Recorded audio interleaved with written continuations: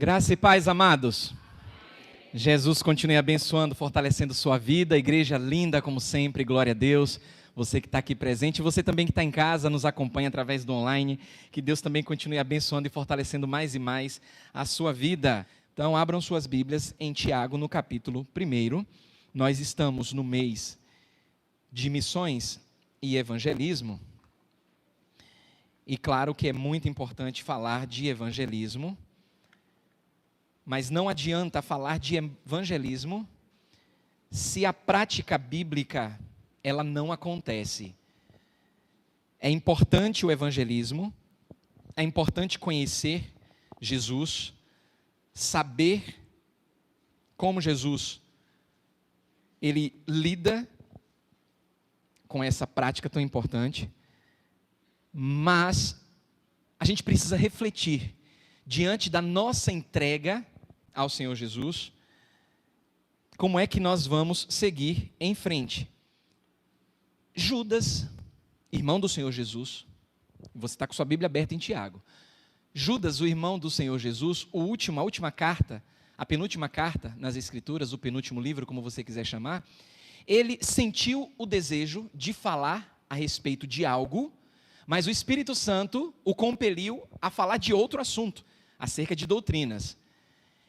Olhando para o outro irmão de Jesus, que é Tiago, eu fico imaginando o conceito do que estava acontecendo na época, e Tiago, mesmo assim, ele começa uma carta falando sobre motivação evangelística, mas para o povo de Deus. Tiago, ele não está preocupado aqui em tratar com aqueles que não conhecem a Jesus. Tiago, ele está muito mais preocupado, e é interessante que a Bíblia ela vai ganhando uma tonalidade nos últimos livros, a respeito de alguns alertas de Deus, para com o povo de Deus, não para com o incrédulo, mas para com o povo de Deus. E não foi diferente com Tiago, irmão do Senhor, não foi diferente com Judas, não foi diferente com o próprio Paulo, nos últimos momentos de vida, e Tiago, na sua única e exclusiva carta, no 1º capítulo, a partir do versículo 2, você tem? Diz assim a palavra do Senhor: meus irmãos, então isso aqui a gente já tem que fazer uma separação. Tiago, ele não está escrevendo para todo mundo, ele está evangelizando através dessa carta os crentes. Ele deixa muito claro: eu estou falando com irmãos, meus irmãos, tende por motivo de toda a alegria quando aconteceu o quê? Passardes por várias provações. Uma outra versão traz cairdes em várias tentações. Então, eu vou me alegrar quando eu cair em várias tentações? O que é que Tiago está querendo passar aqui dentro desse conceito evangelístico? Ele diz assim no versículo 3, sabendo que o que, irmãos? Opa, então ele está falando aqui de algo que vai nos provar e que, através dessa prova, eu tenho que me alegrar. Irmãos, no capítulo 1, versículo 3, Tiago diz: sabendo que a provação da vossa fé, uma vez o quê? Confirmada, ela produz perseverança. A gente sabe que é algo muito sério. E quando eu olho para a palavra do Senhor e meditando durante a semana, e Deus acrescentando e falando ao meu coração, Deus começou a confirmar algo a respeito dessa carta de Tiago aos irmãos daquela época, que estavam sendo perseguidos, que muitos estavam tirando a própria vida porque não aguentavam o nível de perseguição, porque as crianças estavam sendo tiradas dos seus pais, as mulheres tiradas dos seus maridos, o assassinato em massa por conta de toda a hostilidade romana. E mesmo assim, Tiago, ele se preocupou em evangelizar os crentes com essa carta. E esse assunto me vem à memória, porque o próprio Tiago, ele poderia ser motivado por uma pressão maior, em confortar aqueles irmãos por conta de uma perseguição, em dizer, olha, vocês se protejam, vocês se escondam, vocês façam isso. Mas não, em meio a uma perseguição, em meio a perdas, em meio a muitas tiradas de vida da época, Tiago simplesmente disse para aqueles irmãos, olha, tenham por motivo de toda alegria o passardes, não por poucas, mas por várias provações. Mas a gente tem que olhar para a palavra do Senhor e não apenas falar do amor de Jesus, mas como colocar esse amor na prática, que era o que Tiago Ele visava para aqueles irmãos que estavam sendo perseguidos, seus filhos tirados das suas mães, sendo assassinados, e muitos pais desesperados tirando a própria vida porque não conseguiam viver na época com a perda da esposa do filho que foi raptado, sem entender e dizer: olha, Senhor, eu entreguei minha vida ao Senhor, mas isso é muito duro para mim, eu vou tirar a minha própria vida. E Tiago, ele diz assim: sabendo que a provação da vossa fé, isso diz para mim e diz para você, é necessário acontecer. Porque isso acontecendo, como ele relata, uma vez confirmada a nossa fé, vai produzir o que, irmãos? Paciência, vai produzir perseverança. O povo não vai desistir, o povo de Deus. E Tiago, sendo usado por Deus, sabia disso. E estava dizendo para aqueles irmãos, logo no começo da carta: não desistam. Não tentem acabar com a sua própria vida. Não tentem se desesperar. Parece coisa de doido, mas olha, Deus está cuidando de vocês. Deus está provando a fé de vocês. Pastor, é difícil entender isso. É difícil, porque não se fala muito disso. Se fala muito em eu não aceito, eu determino, eu exijo de Deus, mas não se mostra na palavra que a pessoa tem que perseverar em meio a tudo aquilo que Deus decreta nas nossas vidas, em termos de provação e tribulação. Por isso que Tiago, ele diz assim, a perseverança, no versículo 4, deve ter ação completa, para que sejais o quê, irmãos? Perfeitos. Espera lá, mas eu não sou perfeito. Como é que eu entendo isso aqui?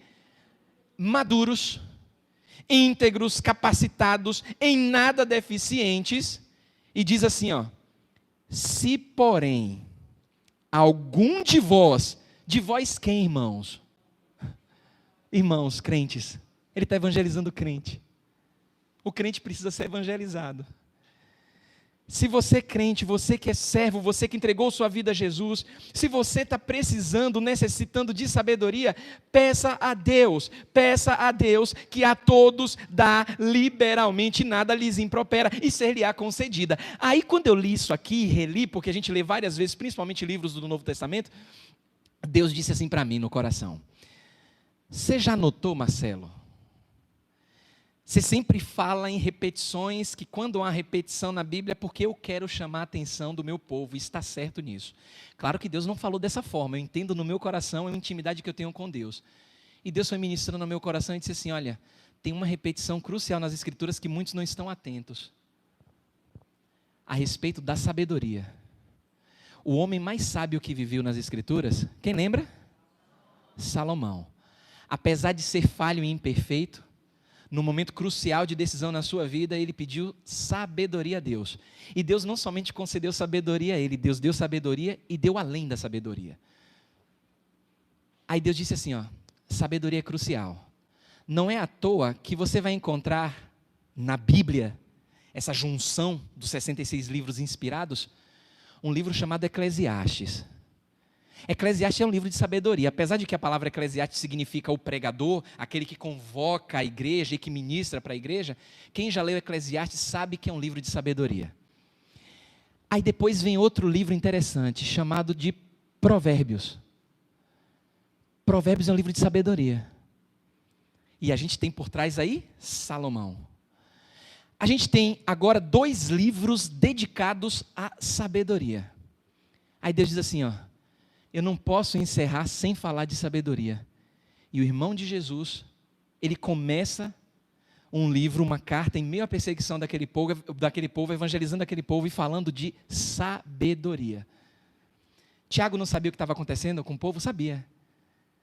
Mas mais do que estava acontecendo com o povo, era fortalecer a fé daquele povo em meio às provas e perseguições, que aquele povo precisava saber que a sabedoria é crucial para lidar com aquilo que eles estavam vivendo. E que vale para nós, porque a palavra de Deus ela é viva. E aí ele diz assim, versículo 6, tem um critério para se receber essa sabedoria que é tão crucial e tão repetida nas Escrituras. Peça, mas pedir de que forma? Com fé. Nada duvidando. Aí o que é que a gente faz muitas vezes? A gente pede, mas a gente coloca aquela conjunção adversativa, o mais. Mas, M-A-S, não M-A-I-S. Não aditiva, mas a adversativa. A gente diz assim, ó, eu estou passando por uma luta tremenda, uma dificuldade absurda, não sei lidar com isso, vou pedir sabedoria a Deus, mas será que Deus vai me dar sabedoria? Será que Deus está me ouvindo? Você anula, depois do mais você anula tudo o que passou. Aí Tiago está dizendo, se você fizer isso, você vai ser como a onda do mar. Quando você pedir sabedoria a Deus e Ele dá e nada lhe impropera, peça com fé. Pois o que duvida é semelhante à onda do mar, impelida e agitada pelo vento. E não suponha esse homem que alcançará do Senhor alguma coisa, homem de ânimo dobre, inconstante em todos os seus caminhos. Todos os frutos que as provas dadas por Deus, elas visam produzir nas nossas vidas, elas podem se tornar sem valor se te faltar sabedoria. Aí muitos na caminhada não irão perseverar, como Tiago disse, que a prova da vossa fé, ela produz perseverança. Muitos jogam para cima, desistem de viver, entregam as suas vidas aos o bel prazer, simplesmente desistem de tudo, porque duvidam que Deus é capaz de dar essa sabedoria para lidar com esse problema. Irmãos, eles estavam sendo perseguidos, estavam sendo mortos. Muita gente está sendo perseguida nos dias de hoje, perseguida na alma, e estão desistindo de caminhar. E por falta de compreensão e entendimento, essas pessoas estão sendo desafiadas a dizer o seguinte: olha, você não confia em Deus? Pera lá, confia ou não confia? Se confia, então levanta a cabeça, siga em frente. Pera lá, mas e o amor? A empatia, o cuidado? Mesmo sendo crente, a gente precisa entender que tem níveis de maturidade. Nem todo mundo tem a maturidade que eu tenho e que você tem, e que vai precisar da sua ajuda. Vai precisar, como aquele povo precisou ser evangelizado, e Tiago, sabendo disso, pela unção do Espírito Santo, ministrou aquelas pessoas, dizendo para aquelas pessoas que elas precisavam se alegrar em meio às provas. Mas isso é confuso para aquele que não consegue entender e não tem sabedoria. Porque, irmãos, a sabedoria que vem de Deus, ela não vem da capacidade humana, é algo sobrenatural. Quando a gente está passando por uma dificuldade, uma prova, uma luta tamanha, e a gente tenta vencer essas provas na força do nosso braço, a gente vai tropeçar, a gente vai cair e não vai encontrar a alegria devida na prova, na situação que a gente se encontra. E essa sabedoria que vem de Deus nos faz perceber que mesmo diante da dor, Deus está do nosso lado.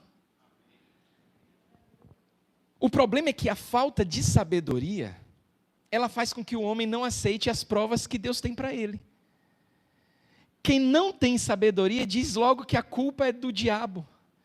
E sendo culpa do diabo, ele se acha no poder e na autoridade, por ser filho e filha de Deus, de determinar que ele não deve passar por aquela prova. Eu fico pensando se Jesus ele tivesse desistido, porque Jesus quis desistir. Ele disse, olha, não seja como eu quero. O que era que Jesus queria? Não passar pela prova. Mas ele disse, mas como tu queres? E no firme fundamento de agradar o Pai, ele foi até a cruz. E por isso nós estamos vivos. Porque ele permaneceu firme, nos ensinando que a dependência do Espírito Santo nos faz prosperar na dificuldade. Jesus fez uma promessa. Das muitas, tem uma que se destaca. No mundo vocês terão aflições. E talvez o mês de setembro, não só por se tratar de missões na nossa igreja, mas diante de toda a sociedade, é um mês difícil para aquelas pessoas que passam por transtornos, por algumas dificuldades, algumas lutas mentais, e não encontram apoio. E tem muito crente que, por vergonha, medo da repreensão, não busca ajuda com crente, porque ele tem medo de ser discriminado. E aí o que é que ele faz? Ele vai para os profissionais da área, ele toma um medicamento, mas não tem quem apoie ele, quem chegue junto. Como é que ele vai se abrir com alguém para a pessoa dizer para ele que ele não é crente, porque crente não passa por isso? Crente passa por dificuldade. E se não fosse assim, Tiago não dizia isso, não escreveria isso. Vocês passam por provas e Jesus prometeu que no mundo teríamos aflições, mas Jesus disse que não tiraria as aflições. Jesus nos ensina a lidar com as aflições, a ter alegria nas provações. E isso é confuso para aquele que não tem sabedoria. Aí começa a dizer, eu não aceito isso, eu determino, Deus tem vitória para mim, Deus não me fez para isso. Quem disse isso? Se Deus quiser que você venha sofrer por amor a Ele, você vai sofrer. Porque Deus sabe o que faz, e eu não sei por que Ele faz, mas eu sei que Ele sabe o que faz. E se você está sofrendo e não está entendendo, então você tem que pedir sabedoria a Deus. Isso é evangelismo prático para crente. Porque, irmãos, a instrução ela é clara. Quem tem sabedoria, Tiago ele mostra isso logo nos primeiros versículos, deve colocar em prática. E quem não tem sabedoria, não precisa se envergonhar, ainda dá tempo. Deve pedir a Deus, mas pedir a Deus com fé. E lançar toda dúvida por terra. Pense comigo. Abra sua Bíblia em Atos capítulo 5. Porque todo mundo está sujeito às provas, às tentações. Todo mundo passa por lutas, mas a reação de cada um é diferente. E estamos aprendendo na palavra do Senhor a lidar com essas provas, ainda que sejam tamanhas. Atos capítulo 5, versículo 40. Porque fica meio surreal, né? Entender que Tiago está dizendo, olha, tem alegria quando vocês passarem por várias provas. Como é que isso é possível? Tem um evento específico aqui, em Atos 5:40, você tem? Diz assim a palavra do Senhor. Chamando os apóstolos, fizeram o que com eles? Açoitaram. Você sabe o que é açoitar? Eu sei que tem criança acompanhando, e não sabe o que significa açoitar. E a criança precisa compreender. Açoitar, não sei se alguma criança aqui, ou que está nos acompanhando no vídeo, já apanhou de cinto. Eu apanhei muito na minha infância. Hoje não se pode mais bater de cinto. Porque se bater, o pai toma um processo e a criança pode até ser tirada de você. Eu apanhei muito de cinto, me identifiquei quando o nosso irmão Sérgio falou na semana passada que apanhou também, e não deu para ruim, eu também não dei para ruim. Fiz as minhas coisas terríveis de adolescente e jovem, não conhecia Jesus, mas não dei para ruim. Apanhei muito de cinto, e olha, apanhei de galho, de goiabeira, que é pior. Faz a gente urinar nas calças, é terrível. Já apanhei de cinto, de sandália, de galho, de goiabeira, daquela mangueirinha do chuveirinho, de cabo de vassoura, eita quanta cacetada. E não dei para ruim. Então assim, você que é criança e nunca foi açoitado, é tomar uma surra de cinto, hoje é surra de cinto, mas naquela época, os açoites eram com tiras de couro, com ferros, pedaços de ferro enferrujado, pedaço de dente, pedaço de vidro. Eles apanhavam com esse tipo de cinto. E esse cinto, quando pegava no corpo, ele dilacerava o corpo. A Bíblia está falando que os apóstolos, eles foram açoitados e foram ordenados que não falassem no nome de quem? De Jesus. Eles apanharam e depois os algozes disseram assim, ó, e não fale mais nesse nome, não pregue mais, não evangelize mais, vão embora. Aí a Bíblia diz assim, ó, eles se retiraram do sinédrio, mas não se retiraram tristes, depressivos, cabisbaixos, ou pensaram em desistir. Não esses. Aqueles de João capítulo 6 abandonaram a Jesus, muito deles. Mas esses aqui, a Bíblia diz que eles se retiraram do sinédrio de que forma? Opa, eu gosto dessa versão. Muito? Pera lá, irmãos, eles apanharam. Eles foram açoitados. Mas eles estavam alegres. Aí você pensa, eu estou passando por uma dificuldade, são os açoites da minha alma, os açoites espirituais, mas como você tem se portado com esses açoites da alma?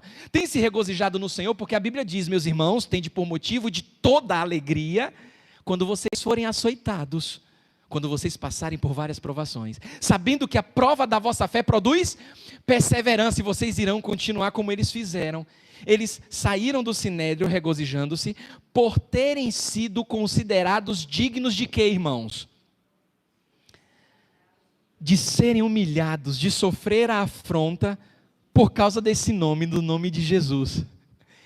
eles estavam apanhando injustamente, porque eles estavam pregando, evangelizando, falando de Jesus. E a Bíblia diz que não somente isso. Olha o que Tiago corrobora, porque aqui é Lucas, o médico, quem está falando, e Tiago corrobora lá na frente. Todos os dias, versículo 42, o que era que eles faziam?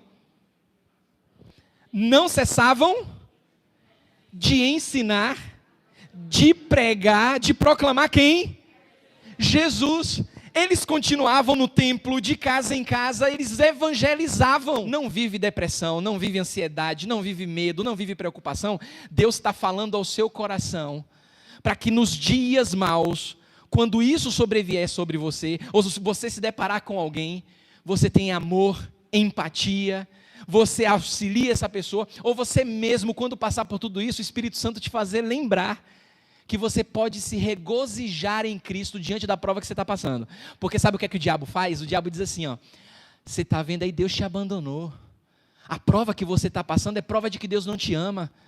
E outra coisa, só você está sofrendo isso que você está sofrendo. Aí a gente está tão debilitado emocionalmente que a gente não consegue imaginar que tem pessoas passando por situações piores do que as nossas. Irmãos, tudo isso começa a fazer sentido, porque Jesus, através de um evangelismo para crente, ele vai desconstruindo das nossas mentes algo que o diabo ele tenta camuflar, ele tenta abafar, ele não quer que você saiba que Deus é bom, que Deus cuida de você, que Deus está do seu lado, mas o diabo quer dizer para você com os dardos inflamados que você não pode, que você é incapaz, que sua família é assim, porque você não presta, porque você é isso, aquilo, outro. E aí você vai entrando numa espiral que quando você não percebe que precisa buscar a sabedoria de Deus para lidar com isso, pode ser muito tarde. E isso tem que ser falado, tem que ser anunciado, tem que ser ministrado, porque os dias estão passando e às vezes fica a sensação de que a gente vai para a igreja, a gente lê a palavra, mas quando, de maneira bem popular aqui na Bahia, em Salvador, quando o bicho pega, a gente não sabe lidar com os problemas da vida. Porque o diabo não quer que você saiba que Deus é aquele que lhe dá sabedoria sem medida. Independente da idade que você tenha, quando você está numa dificuldade, você diz assim para Deus, Senhor, sem mas hoje, sem mas, M-A-S. Eu quero, Senhor, eu preciso de sabedoria, eu sei que o Senhor pode dar. Deus abre portas que você não faz ideia. Os problemas que você vive, você começa a lidar com eles, não vão sumir não. Pelo contrário, você começará a se alegrar em Cristo, se regozijar em Jesus, e a luz que brilha em você, ela começa a contagiar as pessoas ao seu redor. Porque Deus lhe dá sabedoria sobrenatural. A sabedoria humana, ela é fútil. Você pode colocar o maior PhD do mundo diante da sabedoria de Deus, nem se compara. Aí Deus, como seu pai, diz assim, olha, eu vou lhe dar sabedoria para você lidar com essa situação. Aí eu olho para os discípulos e aconteceu isso. Aí foi falado de Paulo e Silas na prisão. A Bíblia diz que eles também foram açoitados. E meia-noite, a Bíblia fala por volta da meia-noite, o que era que eles estavam fazendo? Louvando a Deus. Isso é loucura. É loucura para aquele que se perde, que não conhece a Jesus, mas para aquele que conhece a Jesus, sabe que isso é sabedoria de Deus, isso é sobrenatural, e numa cadeia que é diferente das cadeias de hoje, eu sempre costumo comparar, as cadeias daquele tempo, aliás, as cadeias de hoje comparadas com as cadeias daquele tempo, são verdadeiros spas. Não tinha vaso sanitário, não tinha privada, não tinha descarga, não tinha pia, era amarrado nos pés, nas mãos, numa espécie de pilar. Eles faziam as necessidades diante deles, ali não tinha papel higiênico, imaginem. E Paulo estava ali com Silas. E aí pense no problema que você está passando hoje. Você que me acompanha, pense no problema. E comece a comparar os seus problemas com os problemas daqueles que também passaram por dificuldades, apanharam, foram presos, e mesmo assim a Bíblia declara que eles louvaram ao Senhor. Aí começa a fazer sentido. A sabedoria sobrenatural de Deus estava na vida daquelas pessoas, e pode fazer parte da sua vida também. Sabe por que pode fazer parte? Porque o Deus deles é o mesmo hoje também. É o mesmo, irmãos. É o mesmo Deus, não mudou nada. Não tem uma única fagulha de variação. O mesmo Deus que Paulo orou, o mesmo Jesus que apareceu para Paulo, é o mesmo hoje, estamos em 2023, não mudou nadinha. O que muda é a nossa percepção de Deus e dos problemas. Porque orar em uma ocasião como essas, não é nem difícil, quando a pessoa passa por provas, Ela até ora, bota o joelho no chão e chora. Quando uma situação dessas, ou parecida, acontece conosco, a gente chora, mas os apóstolos, eles cantaram hinos a Deus. E isso é o que Tiago chama de prática da sabedoria.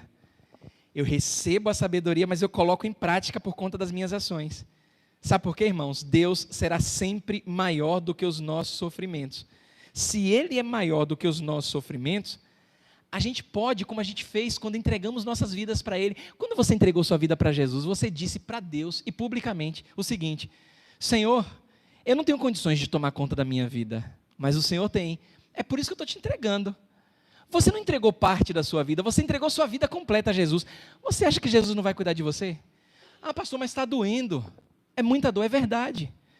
Alguém na família, alguém está passando por essa dificuldade, é semblante descaído, é uma ansiedade, é uma depressão, porque não estão sabendo lidar com a provação e tem à disposição a sabedoria que é dada por Deus. Aí Tiago fala. Eu fico imaginando o conflito de ideias que Tiago deve ter passado. Porque, olha, numa situação de perseguição, o que é que a gente pensa? Não, a gente tem que ajudar logo. Tem que tirar aquelas pessoas dali. Tem que motivar aquelas pessoas, porque elas têm que sair dali. A Roma está chegando, vai pegar os filhos, tem que sair correndo. Não, não. Olha, vocês vão passar por tudo isso. Mas o cerco vai apertar. Mas saibam que vocês têm um recurso, sabedoria. Sabedoria que vem de Deus para lidar com toda essa situação. Porque a sabedoria que é dada por Deus, ela vai amadurecer a sua fé. E em meio às provas, com a fé madura, você não vai desistir. Você vai se manter firme. Porque você começa a entender, eu entreguei minha vida a Jesus. Eu não estou entendendo, Senhor, por que eu estou passando por isso. Mas uma coisa eu sei, eu entreguei minha vida nas tuas mãos. Me dá sabedoria para entender. E mesmo que eu não entenda, me dê sabedoria para lidar. Aí sabe o que é que Deus faz? Ele muitas vezes não vai tirar essa prova, mas Ele vai lhe dar sabedoria para que você possa lidar com a situação que você está passando. E olha, irmãos, ninguém escapa, ninguém é livre do alcance da sabedoria de Deus. Basta que você creia. Não peça duvidando, porque não vai adiantar nada você estar numa situação difícil, eu não sei. Você que me acompanha de casa, eu também não sei. Mas não peça duvidando não. Diga para Deus assim: Senhor, olha, está doendo? Tá. Mas, Senhor, o meu amor por Ti está acima de tudo. Senhor, o meu amor por Ti está acima das provas que eu estou passando. O meu amor por Ti está acima dos meus desejos, das minhas vontades, daquilo que eu queria e não tenho. O meu amor por Ti é sublime, Senhor. Eu posso até fraquejar, mas eu vou continuar perseverando, eu vou continuar seguindo em frente, porque essa sabedoria vai fortalecer a minha fé. E aí a sua fé não vai ser a fé fácil que o mesmo Tiago, ele compara. Lembra, Tiago começou falando com irmãos. E ele diz assim, ó, muito cuidado com essa questão de fé, porque os demônios também creem e eles estremecem. A fé de vocês tem que ser uma fé prática. Por isso a necessidade de se reevangelizar, de evangelizar crente, para que o crente comece a lidar com esses problemas do dia a dia que faz parte da vida de cada um de nós. Irmãos, os dias são maus. Ninguém está livre de provas, de lutas, de dores. Mas olha, todos nós que conhecemos a Jesus, nós somos alvos da graça de Deus e dessa sabedoria plena que vem do alto. E quando você começar a viver a sabedoria de Deus, a sua maneira de pensar com relação às provas, a sua maneira de falar com relação às provas e a sua maneira de agir com relação às provas vão te surpreender, elas irão te surpreender. Você não vai se reconhecer, porque em tudo o que acontecer, nas dificuldades, você vai ver o dedo de Deus e o cuidado do Senhor na sua vida. Pai santo e querido, obrigado, Senhor. Obrigado porque o Senhor sempre nos consola, nos conforta. E mesmo, Senhor, em meio a tantas dificuldades, tantas dores, tantos problemas, o Senhor fala aos nossos corações, mostrando o quanto nos ama e o quanto o Senhor tem à nossa disposição essa sabedoria. Que olha, Senhor, tem se repetido nas Escrituras, que é um fator crucial para entender, muitas vezes, essas coisas que têm acontecido no mundo. Para entender que o Senhor tem um cuidado tremendo pelo teu povo. Se não fosse assim, o Senhor nem se entregaria por nós, mas o Senhor se entregou, deixou o trono da graça e tomou o nosso lugar na cruz do Calvário, para nos mostrar o tamanho desse amor. E mesmo assim, Senhor, ainda tem pessoas, crentes, que ainda duvidam dessa graça e desse poder. Que seja, Senhor, dias de quebrantamento, dias de transformação de coração, de pedra em coração de carne, para que as pessoas, o teu povo, Senhor, porque Tiago escreveu aqui para crentes, para irmãos, independente das perseguições, das muitas lutas, a sabedoria que vem do alto fortalece a nossa fé e nos faz seguir em frente com toda alegria. Eu não tenho dúvida, Senhor, estou falando para uma plateia onde todos, eu não tenho dúvidas disso, todos que conhecem ao Senhor têm as suas lutas, eu não tenho dúvidas, porque o Senhor garantiu isso, ninguém escapa, eu tenho as minhas, e cada filho e cada filha do Senhor tem pelo menos uma prova que está passando nesse momento. Meu Pai, o Senhor que conhece todas as coisas, conhece todos os pensamentos, de maneira sobrenatural, meu Pai, mostra para o teu filho e para a tua filha o quanto o Senhor ama e o quanto o Senhor não abandonou eles, e dá sabedoria, Senhor, aos teus filhos, para que possam lidar, suportar e enfrentar o problema que ele ou ela está passando. Senhor, eu não tenho dúvidas do alcance da tua palavra e do poder que essa palavra tem, ela não volta vazia. Por isso, em nome de Jesus, com aquele amor cuidadoso, aquele zelo, aquela compreensão que só o Senhor tem, visita esse coração aflito, Pai. Eu não sei, meu Deus, eu não sei o nível de dor que o teu filho ou a tua filha pode estar passando nesse momento, mas uma coisa eu sei, é que o Senhor é Deus, e é um Deus poderoso, aliás, todo poderoso, um Deus que sente, se compadece dos teus filhos, e com amor de Pai, o Senhor vai restaurar esse coração, vai erguer a cabeça do teu filho e da tua filha, para que essa fé seja aperfeiçoada, e o teu filho e a tua filha possa, aí sim, passar pela prova, dando glória a Deus. Obrigado, Jesus, por falar conosco. Nós oramos ao Senhor, agradecidos por tudo, pois é no teu maravilhoso nome que nós oramos. Amém e amém.